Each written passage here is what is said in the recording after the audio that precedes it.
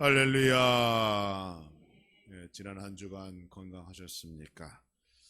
이제 추수도 거의 다 마쳤고 이번 주가 지나면 다 끝날 것 같죠? 또 금방 추워져서 겨울도 준비해야 할 것 같습니다. 모든 것에 하나님의 섭리가 숨겨져 있음을 고백합니다. 11월 한 달 모든 것 하나님께 맡기시고 감사와 또 영광으로 우리 함께 추수감사절을 준비해 나가는 복된 이 계절 되기를 주님의 이름으로 축원합니다. 우리 옆에 계신 분들과 앞뒤로 함께 정답게 인사하실 때 하나님의 약속된 축복을 받는 성도가 됩시다. 인사하겠습니다. 시작. 하나님의 약속된 축복을 받는 성도가 됩시다. 아멘. 인간은 누구나가 세상에서 태어난 직후에는 하나님의 존재를 모르고 살아갑니다. 그 이유는 모든 인간은 태어나면서부터 죄인이기 때문에 그렇죠. 생물학적으로는 인간이라고 부르고 우리가 기독교에서 또 성경적으로는 자연인 이렇게 부르게 됩니다. 우리는 한때 자연인 상태였지만 어떤 계기를 통하여 예수님을 만나게 되었고 지금의 그리스도인 성도가 되었습니다. 자연인과 그리스도인의 가장 큰 차이점은 무엇일까요? 많은 차이점이 있겠지만 우리가 그리스도인이 된 후에는 하나님이 주시는 일반 은혜에 더하여 특별한 자녀에게만 주시는 은혜를 우리가 받는다는 점입니다.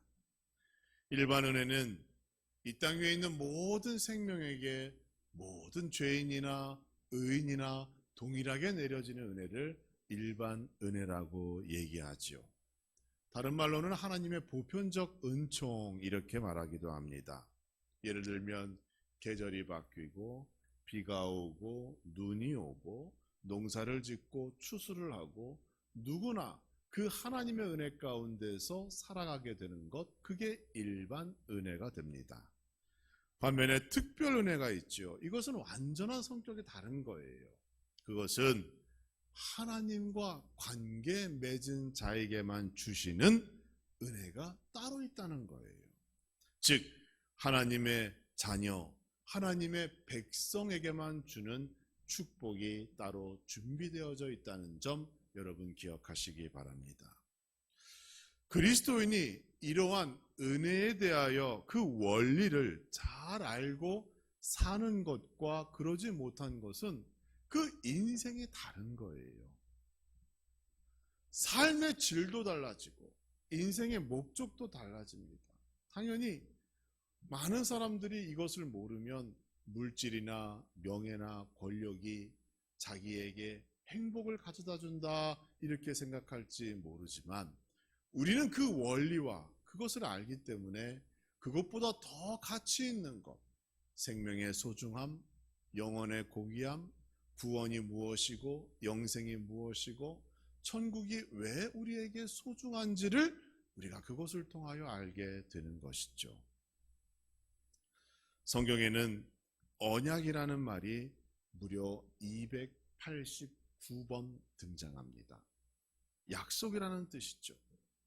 그리스도인이 되었다는 것은 나와 하나님과 새로운 약속을 맺게 되었다는 거예요. 그때부터는 내 마음대로 살아가는 것이 아닙니다. 우리는 하나님 뜻대로 하나님 섭리대로 살아가야 할 책임이 우리에게 있는 것이고 그런 자에게 하나님께서 복 주시겠다고 약속하셨어요. 그게 언약입니다.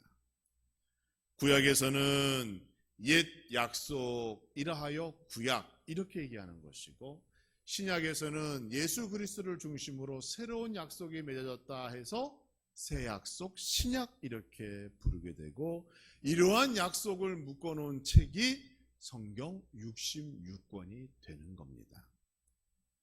많은 분들이 오해하기를 율법은 구약 성경에 나오는 것이니까 이제 율법은 나와 관계없다 이렇게 생각하는 경우도 있어요.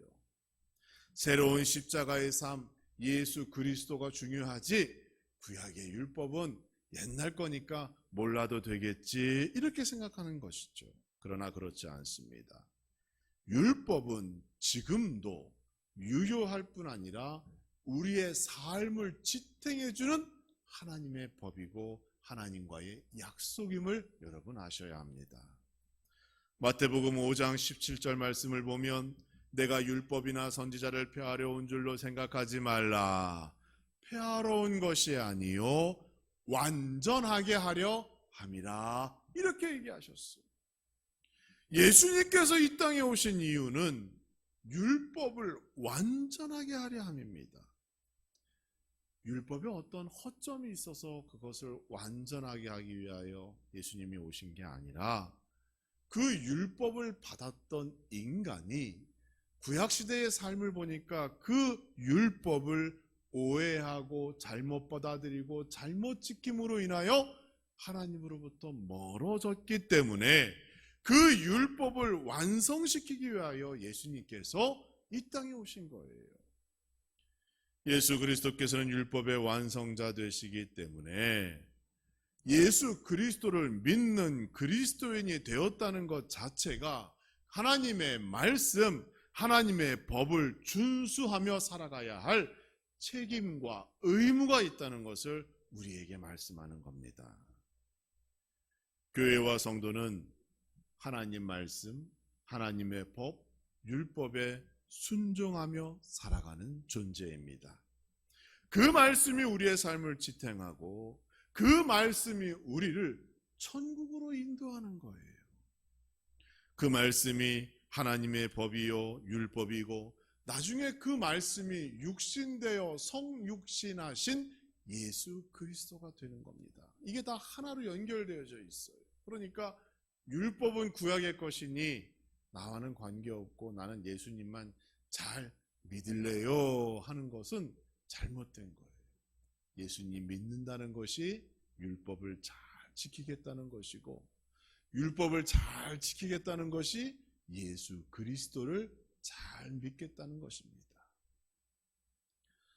이렇게 중요한 하나님의 법, 이 율법이 언제 우리에게 인간에게 주어졌을까요? 여기서 우리는 그 모세의 위대한 점을 다시 발견하게 되는 겁니다. 하나님께서 모세에게 시내산에서 십계명을 통하여 그 법을 전해 주셨기 때문입니다. 하나님의 법, 율법은 도덕법, 의식법, 그리고 재판법 이렇게 나눠질 수 있어요. 그리고 그 율법은 십계명이 핵심으로 이루어집니다. 하나님께서 시내산에서 모세에게 주었기 때문에 이것을 시내산의 언약이라고 말하기도 합니다. 율법은 총 613개, 613개 많죠? 그 뼈대로 구성되어져 있어요. 이것을 기본 뼈대로 하여 각각의 계명마다 구체적으로 어떻게 행동해야 하는가를 또 나누어졌어요. 그래서 오늘날 유대인들이 지키는 율법은 이 613개를 뼈대로 하고 각각의 그 계명에 또 인간이 지켜야 할 것들을 세부적으로 나누어졌기 때문에 율법의 양이 엄청나게 많게 되는 것이고 이것이 시대를 따라 문화가 달라지고 인간의 삶이 달라짐에 따라 또 율법을 어떻게 적용해야 되는가 여기에 대하여 계속 논의가 되기 때문에 사실 앞으로 율법은 더 늘어나게 되는 것입니다. 그러나 그 중심은 십계명을 기준으로 하고 있다. 여러분 꼭 기억하시기 바랍니다. 율법을 다 몰라도 돼요. 우리가 유대인이 아니기 때문에 그리스도인으로 살아가면서 그 율법은 다 몰라도 됩니다. 그러나 모세가 받은 십계명의 그 원리와 그 내용은 우리가 반드시 기억해야 합니다. 우리 안에 성령이 역사하시고 그 십계명의 법이 우리에게 주시는 그 지혜를 통하여 분별 있는 삶, 하나님의 자녀다운 삶으로 살아갈 수 있도록 그 내용이 무엇인가 우리가 반드시 기억해야 하는 것이죠. 십계명은 이처럼 하나님의 백성이 그 인생을 어떻게 살아가야 하는가, 천국으로 가는 그 좁은 길은 어떤 것인가 그것을 우리에게 알려주는 일종의 가이드와 같은 역할을 해요. 그리고 그 약속이 얼마나 중요한지는 여러분 성경을 보시면 우리 하나님께서 그 십계명을 어디에 기록하여 주셨어요? 모세가 준비한 돌판에 기록해 주셨어요. 돌판에 기록했다는 것은 사라지지 않는다는 거예요. 여러분 모세가 기록한 모세 오경의 레위기서를 보면 거기에 수많은 계명들이, 수많은 법들이 있습니다. 먹어야 할 것, 먹지 말아야 할 것, 하나님께 제사는 어떻게 드려야 되고 재판은 어떻게 해야 되고, 수많은 계명과 수많은 법들이 거기 기록되어져 있는데 오직 십계명만이 돌판에 기록되어져 있다는 거예요. 불변의 가치가 있다는 것이고 하나님의 법의 근거가 어디로부터 시작되어지는가를 그 십계명, 돌판에 기록되어져 있는 십계명이 우리에게 말하고 있는 겁니다. 그렇기 때문에 모세가 하나님께로 받은 이 십계명은 사실 은혜 중에 은혜이고 축복 중에 축복이다라고 말할 수 있는 겁니다. 가나안 땅이 젖과 꿀이 흐르는 땅이 될 수 있는 이유, 그 근거가 바로 이것으로부터 시작되어지기 때문입니다. 그 십계명을 가지고 그 약속을 믿으며 살아가는 하나님의 백성, 이스라엘 백성들은 그 어떤 환경이나 배경이나 고난이나 역경이 와도 그 계명을 지키고 있는 한 그들은 약속된 하나님의 축복의 백성이 될 수 있는 거예요. 그래서 가나안 땅이 젖과 꿀이 흐르는 땅이 되는 겁니다. 그 척박하고 물이 없고, 지난주에 배웠죠? 기름도 나지 않잖아요. 석유가 나지 않는 그 땅이 오늘날 젖과 꿀이 흐르는 축복의 땅이라고 여길 수 있는 이유가 바로 그 하나님의 계명을 가슴에 품고 살아가면 우리 하나님께서 생존과 번영, 부흥과 성장을 약속하여 주셨기 때문에 그 계명이 하나님께서 우리에게 주신 특별한 은혜요 축복 중에 축복임을 여러분 기억하시기 바랍니다. 이 놀라운 약속을 받은 모세의 심정이 어땠을까요? 아마 인간의 감정으로는 그 기쁨을 설명할 길이 없었을 것 같아요. 우리가 어릴 적에 시험을 보고 상을 받고 좋은 점수를 얻으면 빨리 달려가서 엄마 아빠한테 그것을 말하고 싶은 그러한 감정, 아마 수백 배의 그러한 감정이 모세에게 있었을 겁니다. 빨리 산에 내려가서 백성들에게 하나님이 주신 이 약속을 설명하고 선포해서 이제 우리는 축복이 약속되어져 있는 가나안 땅으로 가기만 하면 성공할 수 있는 그러한 사람들이 되었다라고 왜 말하고 싶지 않았겠어요? 그런데 산 아래에서 벌어진 일들을 우리가 성경을 통해서 보니까 상상하지도 못한 일들이 벌어지고 있었다는 겁니다. 백성들이 금송아지를 만들고 그것에 절하며 이것이 애굽에서 자신들을 구원하여 내신 하나님의 모습이다라며 그 송아지 앞에 뛰고 놀고 또 예배하는 모습이 성경에 기록되어져 있습니다. 왜 이러한 배은망덕한 일들이 벌어지게 되는 것일까? 오늘도 마찬가지죠. 우리 하나님께서 여러분에게 일반 은혜를 더불어 특별한 은혜와 사랑으로 날마다 우리에게 복 주시는데 여전히 우리는 조금만 부족하고 조금만 어려우면 불평하고 하나님을 잊어버리는, 그리고 세상을 기웃거리며 세상에서 어떻게 내가 도움받을 수 있을까? 이러한 생각으로 시간을 허비하는 일들이 얼마나 많습니까? 인간의 조바심은 항상 의심과 불신을 동반하게 됩니다. 우리가 기도함에도 응답받지 못하는 가장 큰 이유가 무엇입니까? 우리가 기도하면서 그 응답의 시간을 정해놓고 조바심으로 하루하루 시간을 보내기 때문에 응답이 없는 거예요. 며칠까지 돼야 됩니다. 언제까지 되어야 합니다. 얼마가 필요합니다. 우리가 그것을 정해놨어요. 하나님의 뜻과 섭리는 안중에 없어요. 자신이 급한 처지만 앞세워 기도하다가 그냥 그것이 이루어지지 않으면 틀렸다라고 생각하고, 하나님 없나 보다, 하나님은 나를 안 사랑하나 보다, 이렇게 낙심할 때가 한두 번이 아닙니다. 원하는 대로 되지 않으면 낙심하죠. 올해 9월달까지만 해도 대풍년이라고 다들 기대했다고 합니다. 제가 보더라도 그래요. 막 이삭이 숙여지는 거 보니까 올해 풍년이겠구나. 그런데 어때요? 가을에 비 오고 어둡고 여러 가지 좋지 않은 상황이 발생하니까 병도 생기고 쭉정이도 많고 기대한 만큼 수확이 아니라고 다들 얘기하잖아요. 우리가 이러한 조바심으로 하루하루 살아가다 보면 나도 모르게 의심하고 불신하게 되는 거예요. 정말 하나님이 계시는가? 이렇게 생각하다 보니 어느새 결론은 모르겠다. 어쩔 수 없지. 나와는 관계가 없나 보다. 이렇게 결론 짓고 세상으로 나가게 됩니다. 너무도 쉽게 하나님을 불신하고 마귀가 승리하는 일들이 우리의 삶 가운데 나타나는 것이죠. 모세가 시내산에 올라간 지 40일이 됐어요. 성경에서 여러분 40이라고 하는 숫자는 정말 중요한 숫자입니다. 완전한 숫자예요. 예수님께서도 공생이 시작하기 전에 40일 광야에서 금식하셨어요. 그러니까 40일을 하나님께서 모세를 시내산에 붙잡아 두었다는 것은 그만큼 완벽한 약속, 완벽한 축복을 위하여 준비하셨다는 거예요. 그런데 백성들은 조바심이 납니다.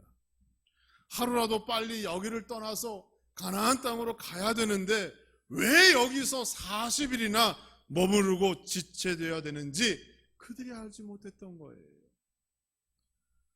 모세가 산에 올라가 죽었다는 소문도 돌기 시작했어요.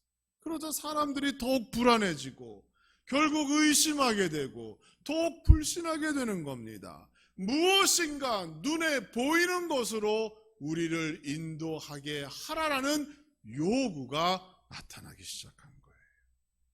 만약에 그때 애굽의 바로가 살아서 짜잔 하고 나타났다면 사람들이 10중8구 그를 따라갔을 거예요.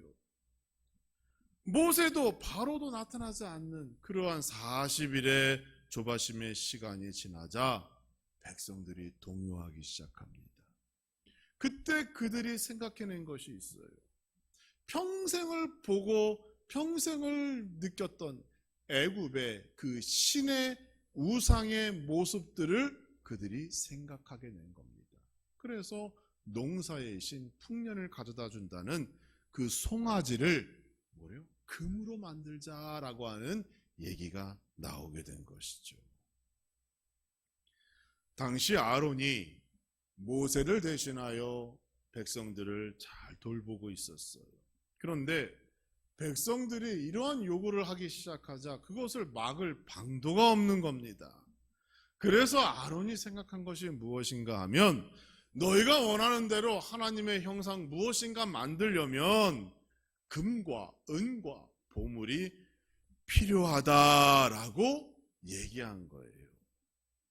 어떤 성경학자는 왜 그것을 주장했는가에 대하여 설명하기를 아론이 사람들이 가지고 있는 그 금을 달라고 요구하면 사람들이 그 금을 아끼기 위해서 내가 있는 금팔찌, 금반지 내놓기가 쉬운 일이 아니잖아요. 그러니까 금을 달라고 그러면 좀 더 생각해 볼게요 라고 하며 그 의견이 잠재워질 것이다 라고 예상해서 금을 요구한 것이다 이렇게 주장한 학자도 있었어요. 사람들이 금을 쉽게 내놓지 않을 거라 그렇게 아론이 생각했다는 것이죠. 그런데 생각이 빗나갑니다. 사람들이 금과 은을 가져오기 시작하는 거예요. 여러분 기억나시죠? 이스라엘 백성들이 애굽을 떠나올 때 하나님께서 그들에게 복을 주셨어요. 그래서 이스라엘 백성들이 애굽 사람들에게 가서 달라는 대로 그들의 물건을 가져올 수 있었습니다. 금은 보석은 물론이고 짐승도 가져오고 필요한 모든 것을 빼앗아 올 수 있었어요. 그 이유는 광야에서 하나님께 예배 드리기에 필요한 것들을 만들 수 있는 준비를 여호와 이레 되시는 하나님께서 준비케 하셨기 때문에 그러한 역사가 가능했던 겁니다. 그런데 이스라엘 백성들이 하나님을 위하여 준비했던 그 보물들을 우상을 위하여 만들도록 협력했다는 겁니다. 여러분, 얼마나 이게 큰 죄이고 잘못입니까? 결국 금송아지를 만들었고 그것이 하나님의 형상이라고 믿었다는 거죠. 이후 이스라엘의 역사를 보면 이 시내산 밑에서 만든 금송아지가 계속 여호와 하나님과 대결하는 장면을 볼 수가 있어요. 솔로몬이 죽자 이스라엘은 북이스라엘과 남유다로 나눠지게 됩니다. 북이스라엘은 여로보암이라고 하는 사람 중심으로, 남이스라엘은 솔로몬의 아들 르호보암이라는 사람을 중심으로 나라가 나눠지고 이것을 분열 왕국이라고 말합니다. 그런데 르호보암, 남쪽에 있는 르호보암은 예루살렘을 중심으로 도시를 건설했어요. 여기서 문제가 발생하는 겁니다.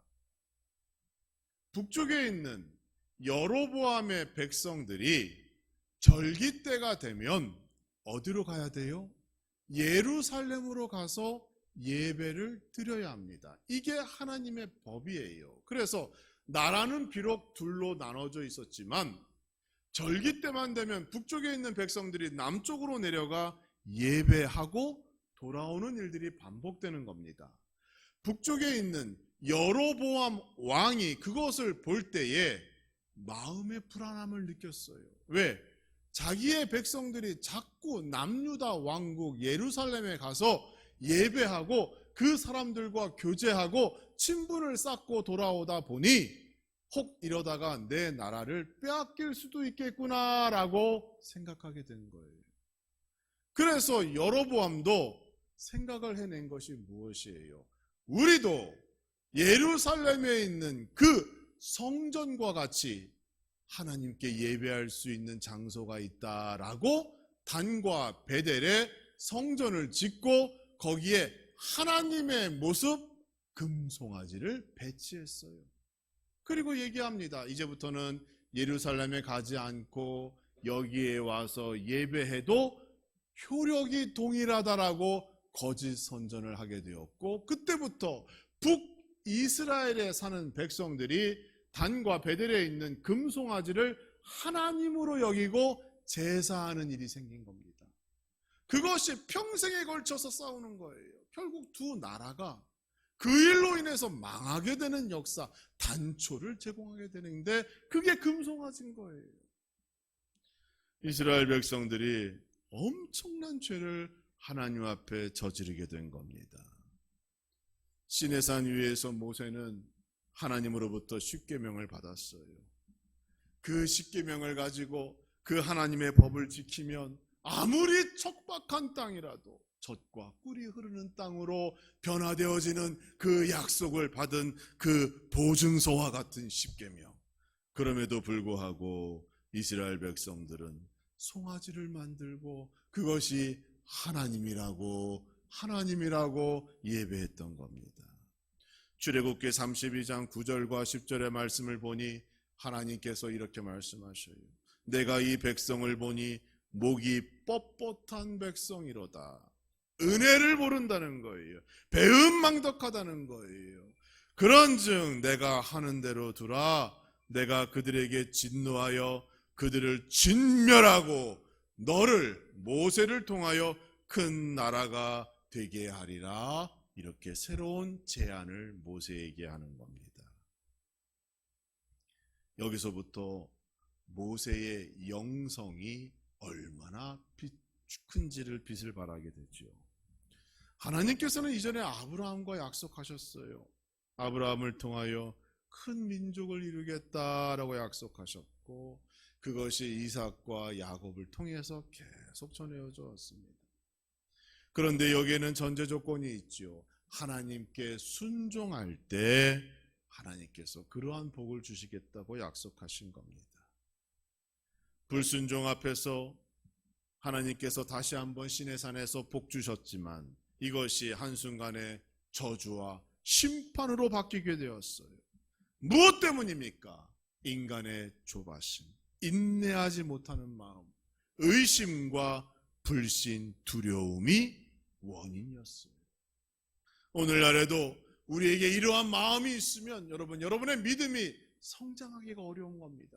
열매 맺기가 힘든 거예요.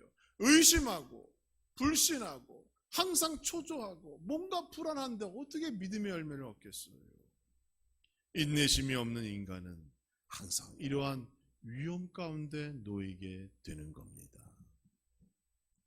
하나님께서 모세에게 너를 큰 나라가 되게 하리라 라고 하셨을 때 만약 모세가 네 감사합니다 라고 했다라면 이스라엘 역사는 완전히 달라졌을 겁니다. 모세의 자손으로 큰 민족이 일어났을 것이고 아마 모세도 가나안 땅에 들어가는 일이 생겼을 겁니다. 또 아브라함의 후손 예수 그리스도가 아니라 다른 레위 지파 가운데 메시아가 나타나게 되었을 겁니다. 왜냐하면 예수님은 유다 지파이고 모세는 레위 지파이기 때문이에요. 그런데 모세는 이 하나님의 제안을 거절합니다. 인간이 얻을 수 있는 가장 큰 축복임에도 불구하고 그 어떤 명예와 권력, 가장 큰 영예가 자기 앞에 놓였음에도 불구하고 모세는 거절하는 거예요. 왜? 하나님의 영광을 위하여.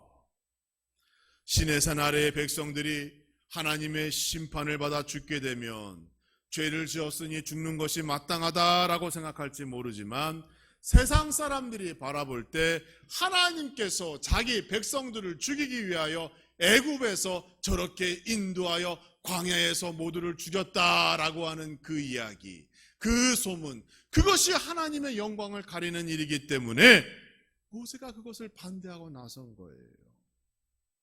모세는 하나님의 약속은 반드시 지켜진다라고 믿었습니다. 모세는 자기와 명예와 성공을 다 버렸어요. 하나님의 영광을 선택하게 됩니다. 그래서 오늘 본문과 같이 하나님께 간절히 기도하고 하나님의 마음을 돌이키며 그 응답을 받아내게 되는 거예요. 그게 모세의 영성이고 모세가 가진 최고의 리더십의 모습인 겁니다. 사랑하는 성도 여러분, 오늘 우리는 두 가지를 배웁니다. 첫째는 하나님의 율법, 계명이 있기에 우리는 오늘도 우리가 살아가는 이 땅이 젖과 꿀이 흐르는 축복의 장소가 될 수 있다라는 그 확신을 오늘 하나 배웠습니다. 둘째는 우리도 모세와 같이 하나님의 영광을 위하여 살아가는 거룩한 직분자가 되어야 함을 우리는 이 시간 배워야 합니다. 나를 크게 이롭게 하고 부와 명예를 얻는 기회가 왔다 할지라도 그것이 하나님의 영광을 가린다면 담대하게 거절하고 하나님의 영광을 위하여 십자가와 복음을 위하여 살아가는 그 거룩한 영성이 여러분의 영성 되기를 주님의 이름으로 축원합니다. 내가 하는 양보와 내가 감당하는 손해를 통하여 하나님의 영광을 드러낼 수만 있다면 그것이 우리가 얻어야 할 진정한 그리스도인의 성공의 모습이고 승리의 모습임을 여러분 기억하시기 바랍니다. 돈 많이 얻는다고 명예와 권력을 얻는 것이 하나님의 영광을 드러내는 것이 아니에요. 그거는 부수적인 것이에요. 모세와 같이 하나님 수많은 생명을 놓고 기도할 수 있는 그러한 믿음이 우리 안에 있어야 하는 거예요. 모세와 같이 한 영혼도 아닙니다. 수많은 백성들의 생명과 영혼을 살리고 하나님의 영광을 보존하기 위하여 수고하는 그러한 믿음, 그게 우리에게 필요한 것입니다. 새로운 11월입니다. 이 한 달 동안 우리는 많은 일들을 감당해야 합니다. 모세와 같이 하나님의 거룩한 일꾼, 중보자, 그리고 모세의 영성을 배우시는 여러분 되시기를 주님의 이름으로 축원합니다. 여러분의 힘 혼자로는 이러한 일들을 다 감당할 수가 없어요. 하나님이 함께 하시고 역사하시고 성령 하나님께서 여러분을 붙잡아 주셔야 11월 한 달, 그리고 남은 얼마 남지 않은 2025년도도 잘 마무리하고 결산하게 될 줄 믿습니다. 모세를 바라보시고 모세에게 배우시고 그리고 부족한 것은 하나님께 구하셔서 이 11월 한 달 감사가 넘치고 하나님의 영광만 드러내는 여러분과 여러분의 가정, 그리고 저희 함라중앙교회 되어지기를 주님의 이름으로 축원합니다.